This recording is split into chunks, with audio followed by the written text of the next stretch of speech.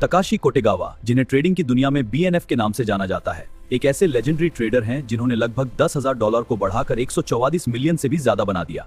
उनकी कहानी हर नए ट्रेडर के लिए इंस्पिरेशन है, लेकिन इसके पीछे सिर्फ लक नहीं बल्कि स्ट्रॉन्ग स्ट्रेटेजी, डिसिप्लिन और साइकोलॉजी काम करती है। शुरू में तकाशी एक साधारण छात्र थे जिनकी इंटरेस्ट स्टॉक मार्केट में बढ़ी।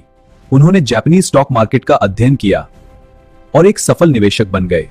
खासकर टोक्यो स्टॉक एक्सचेंज में ट्रेडिंग शुरू की।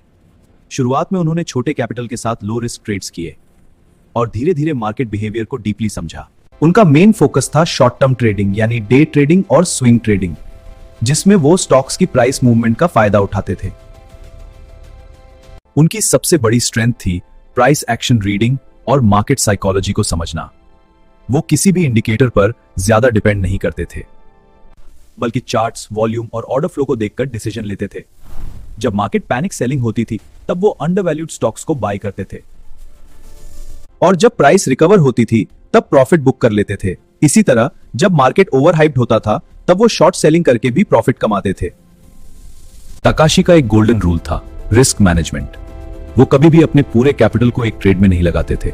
हर ट्रेड में लिमिटेड रिस्क लेते थे और अगर ट्रेड उनके खिलाफ जाता था तो जल्दी लॉस कट कर लेते थे। इसी डिसिप्लिन की वजह से उनका कैपिटल धीरे धीरे कंपाउंड होता गया। उन्होंने कभी भी ग्रीड में आकर ओवर ट्रेडिंग नहीं की। एक प्रसिद्ध ट्रेड है जिसे जेकॉम इंसिडेंट कहा जाता है। एक ब्रोकरेज फर्म की गलती से एक स्टॉक बहुत कम प्राइस पर सेल हो गया। इस एरर ने मार्केट में भारी अस्थिरता और नुकसान पहुंचाया। यह फाइनेंशियल दुनिया का एक बड़ा सबक है और तकाशी ने उस मौके को क्विकली पकड़कर लाखों डॉलर्स का प्रॉफिट बनाया। यह दिखाता है कि वो हमेशा मार्केट पर नजर रखते थे और अपॉर्चुनिटी आने पर तुरंत एक्शन लेते थे। अगर उनकी स्ट्रैटेजी को समराइज करें तो वो 4 साइकोलॉजी पर बेस्ड थी। प्राइस एक्शन पर फोकस करना, स्ट्रिक्ट रिस्क मैनेजमेंट, पेशेंस और डिसिप्लिन।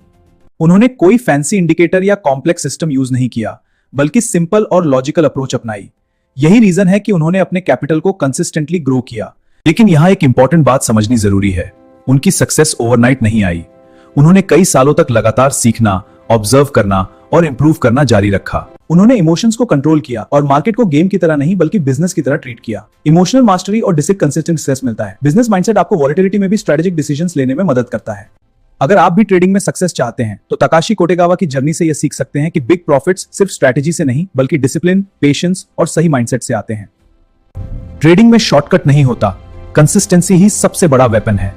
वीडियो थोड़ी भी हेल्पफुल लगी तो चैनल को सब्सक्राइब और बेल आइकन प्रेस करना मत भूलना।